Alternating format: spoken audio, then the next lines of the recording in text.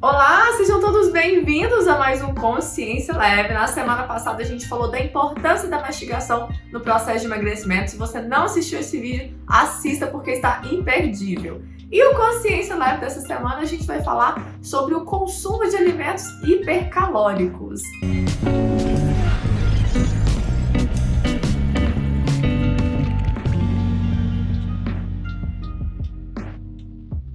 É isso mesmo, eu gostaria de iniciar esse vídeo já pedindo para que você dê uma curtida aqui no nosso vídeo. Quando você curte o nosso vídeo, você fala para o YouTube que ele é importante e ele disponibiliza para mais pessoas. Bom, quando a gente fala, por que eu escolhi esse consumo de alimentos hipercalóricos? Porque na prática clínica eu percebia que muitas pessoas conseguiam seguir o plano alimentar ao longo da semana e elas cometiam pequenos erros, pequenos escorregões ali no fim de semana que acabavam levando a perder todo o esforço durante a semana. Isso por quê? Porque a gente tem alguns alimentos, principalmente os alimentos industrializados, que são pequenos, mas que têm uma alta quantidade de calorias e não só isso, são baixos em nutrientes importantes e tem uma alta quantidade ali de sódio, de conservantes, que não são interessantes para o nosso organismo. Porque quando a gente fala de emagrecimento, não é simplesmente contagem de caloria, Eu tenho todo um organismo que precisa funcionar bem. E aí, ao observar isso, eu falei, bom, é importante a gente então mostrar alguns exemplos práticos para as pessoas começarem a enxergar onde elas podem estar cometendo pequenos equívocos. E aí eu vou usar em comparação o pão francês, ou então 2 fatias de pão que seja feita ali com um trigo integral, que vai ter uma quantidade maior de fibras. Então, por exemplo, eu como uma boa mineira, eu gosto muito de pão de queijo. E aí se você olhar na lista de substituição das dietas, provavelmente vai ter um pão de queijo ali que você pode substituir pelo pão. O problema é, 2 unidades pequenas de pão de queijo já são equivalentes a um pão ou então 2 fatias de pão integral. E aí você precisa pensar, será que se eu comer 2 pães de queijo pequeno, eu vou ter a saciedade que 2 fatias de pão vão me dar? Será que eu vou conseguir me manter só naquelas 2 bolinhas de pão de queijo? Ou, por exemplo, um bolo de fubá.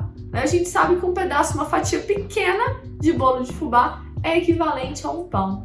E aí, será que depois de uma noite de jejum eu vou conseguir me sentir saciada apenas com um pedacinho de bolo? Então são essas escolhas que a gente precisa começar a perceber. E aí não quer dizer que eu nunca mais vou comer uma fatia de bolo, eu nunca mais vou comer pão de queijo. Mas eu preciso estar ciente da quantidade que eu posso comer e que ao escolher aquele alimento, ou eu vou me sentir menos saciado, ou então eu vou extrapolar o meu plano alimentar, porque eu não vou conseguir me manter só nos 2 pães de queijo, e aí eu vou precisar compensar isso de uma outra maneira. Pão, pão, pão, pão, pão de queijo, pão, pão, pão, pão, pão de queijo, isso é tudo que eu desejo. Um outro alimento muito frequente também, que as pessoas acabam comendo mais do que devem, é o famoso biscoito de polvilho. Apenas 7 unidades pequenas do biscoito de polvilho já é equivalente a um pão. Será que a hora que eu tô tomando aquele café e comendo biscoito de polvilho, eu consigo comer apenas 7 unidades pequenas? Ou ali no meio da conversa eu acabo comendo, e eu não vou contar e acabo extrapolando isso. Então em pequenas coisas a gente vai extrapolando as quantidades energéticas e acaba que o esforço que a gente fez ao longo da semana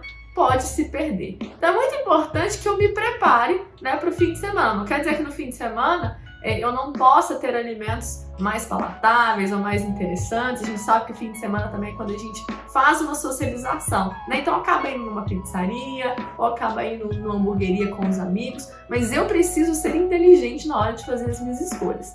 Se eu sei que nesse fim de semana eu vou para uma pizzaria, primeiro, eu não vou para essa pizzaria com fome, porque se eu for para pizzaria com fome, eu não vou conseguir comer 1 ou 2 pedaços de pizza, isso não vai ser o suficiente.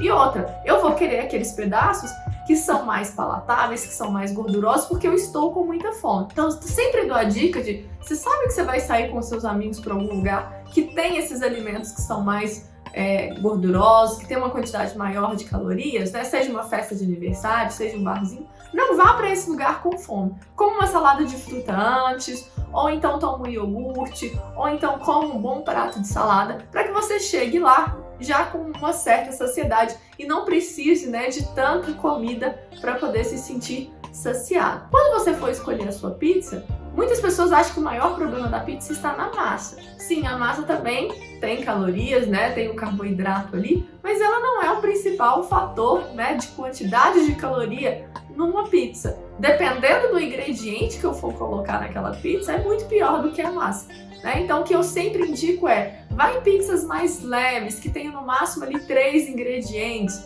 né? Porque normalmente aquelas pizzas que é a moda, enfim, que tem aquele tanto de ingrediente, com certeza vai ter uma quantidade maior de energia do que uma pizza, por exemplo, uma marguerita, ou então uma pizza de rúcula com tomate seco e a mussarela de búfala, né? Então procure alguns sabores que não vá comprometer tanto assim a sua dieta. Agora, se você não, Flávia, eu gosto da minha pizza de bacon, eu gosto da minha pizza de calabresa, eu gosto da minha pizza portuguesa, eu gosto da pizza moda que tem aquele tanto de coisa, tenha consciência que você vai poder comer apenas um pedaço para não sair do seu plano alimentar. Claro que isso depende, né, do seu plano alimentar, mas normalmente um pedaço dessas pizzas mais calóricas tem em torno aí de 450 calorias, o que normalmente é o que a gente faz num plano, né, uma refeição, um jantar ou um almoço para quem está tentando emagrecer.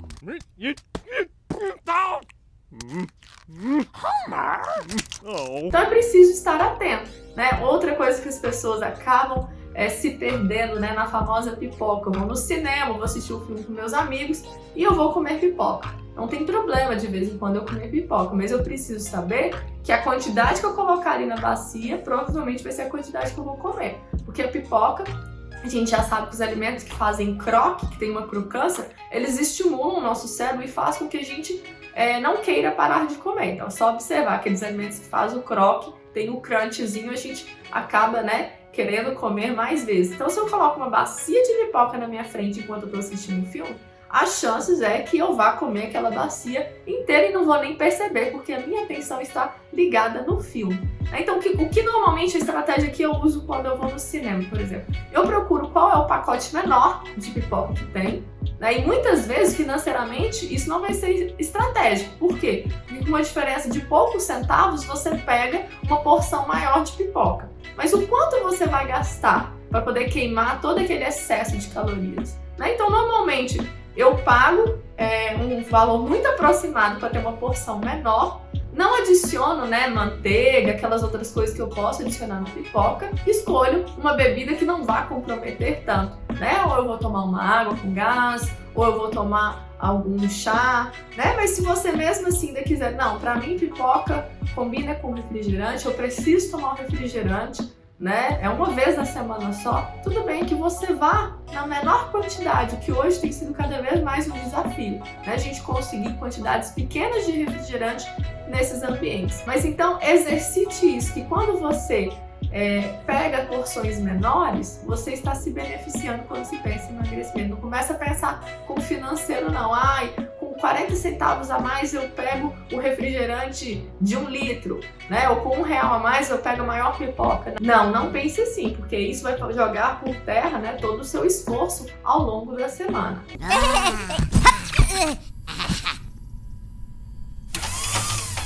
Festas juninas, festas de aniversário também costuma ser um ambiente onde as pessoas acabam se equivocando, né? Então é muito importante, antes de eu ir desses locais, né? E é importante a gente frequentar esses locais porque é onde a gente socializa, né? Mas que eu tenha consciência daquilo que eu vou comer. Eu já preciso sair de casa com uma ideia, né? Nossa, eu vou numa festa junina, eu não preciso comer tudo que tem na festa junina.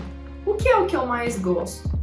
Será que eu não consigo dividir, por exemplo, aquela pamonha com um amigo, com uma amiga? Porque apenas uma pamonha, dependendo do sabor, pode ter em torno aí de 800 calorias, que é mais do que uma refeição, né? Então é importante a gente ter noção desses alimentos que são prazerosos, fazem parte da nossa cultura, mas que eles não podem ser comidos com essa frequência tão alta, porque senão a gente acaba, né, interrompendo o processo de emagrecimento, aí eu fico frustrada porque eu me dediquei a semana inteira, no fim de semana eu saí para comer aquela pizza ou aquela pamonha, e aí na segunda-feira eu vou pesar e não teve diferença nenhuma. Então é importante a gente conhecer os alimentos, as propriedades dos alimentos e fazer boas escolhas alimentares. Faz passar vergonha não, Pedro, pelo amor de Deus. Quanto que é difícil passar vergonha?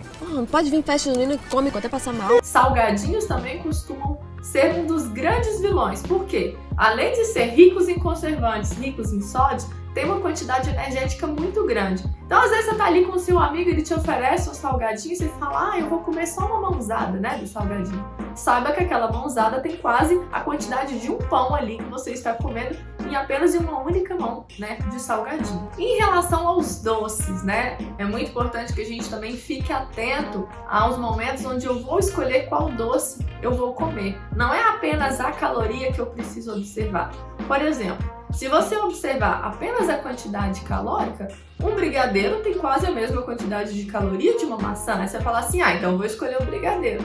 Mas a maçã tem uma quantidade de fibras muito maior, fora outros benefícios para a saúde. Então, na hora de escolher o doce, é preciso ser inteligente também e pensar, né, o custo-benefício daquele doce. Será que eu não consigo ter um doce que, além de me trazer o prazer do doce, eu ainda tenho algum benefício? Por exemplo, na hora de escolha de um chocolate. Será que eu não consigo, aos poucos, ir migrando para um chocolate amargo? Claro que uma pessoa que está acostumada com chocolate branco, de imediato vai ser um desafio para ela ir para o chocolate amargo. Mas ela pode ir migrando, ela começa com meio amargo, depois ela vai aumentando a graduação daquele amargo até que ela se acostume com esse paladar.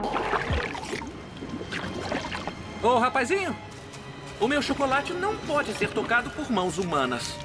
Bom, então eram essas as dicas que eu queria dar para vocês hoje. Fiquem atentos, né, aos fins de semana, principalmente também as bebidas alcoólicas, né? A gente consegue sim fazer um plano alimentar, onde de vez em quando eu tomo uma taça de vinho ou tomo aquela cervejinha. Mas é preciso estar atento à quantidade e aos acompanhamentos daquela bebida alcoólica, para que eu não perca então todo o meu esforço do fim de semana. Bom, então era isso que eu queria passar para vocês. Fiquem atentos nas escolhas de vocês para que vocês não percam todo o esforço de uma semana em apenas um evento que acontece aí, seja no fim de semana ou seja durante aquele happy hour. Um forte abraço para todos e não se esqueçam de se inscrever aqui no canal.